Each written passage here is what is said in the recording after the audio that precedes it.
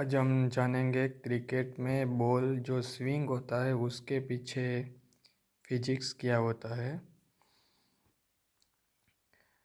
Cricket के ball के swing के पीछे फिजिक्स का एक मज़ेदार प्रिंसिपल रिस्पॉन्सिबल है।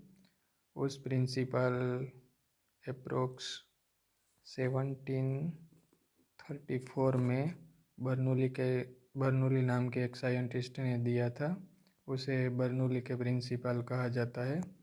वो प्रिंसिपल एनर्जी कंजर्वेशन पर बेस्ड है।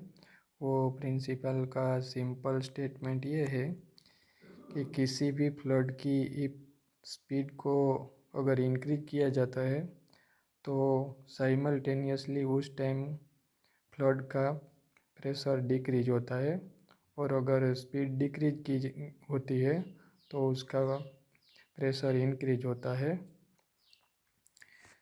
हम रफली एग्जांपल से समझते हैं।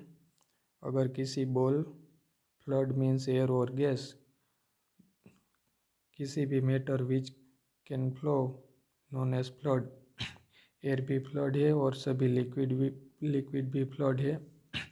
अगर बॉल एयर में मोशन कर रहा है तो वो सामने वाली एयर को दो भागों में बांट देते हैं, अपवर्ड फ्लो और डाउनवर्ड फ्लो। अगर दोनों साइड के एयर फ्लो की स्पीड अगर सेम रहती है तो उसका प्रेशर भी सेम रहता है।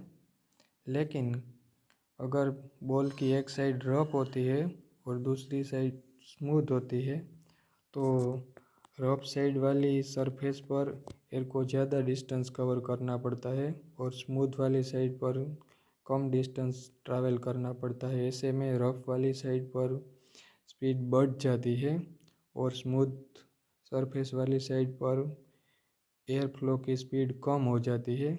ऐसे में बर्नौली के प्रिंसिपल अकॉर्डिंग रफ सरफेस पर प्रेशर डिक्रीज होता है और लोअर सरफेस पर प्रेशर इंक्रीज हो जाता है। हम जानते हैं कि हमेशा एयर का फ्लो हाई प्रेशर से लो प्रेशर की ओर होता है, और ऐसे में एयर का फ्लो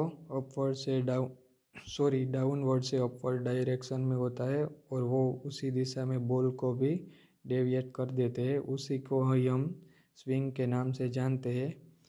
अगर बॉल का कुछ समय यूज किया गया हो और वो दोनों साइड रफ हो गए हैं तो ऐसे में बॉलर एक साइड को किसी न किसी तरह चमका कर स्मूथ कर देता है और दूसरी साइड तो रफ ही होती है। ऐसे में जो स्विंग होता है उसे रिवर्स स्विंग बोलते हैं।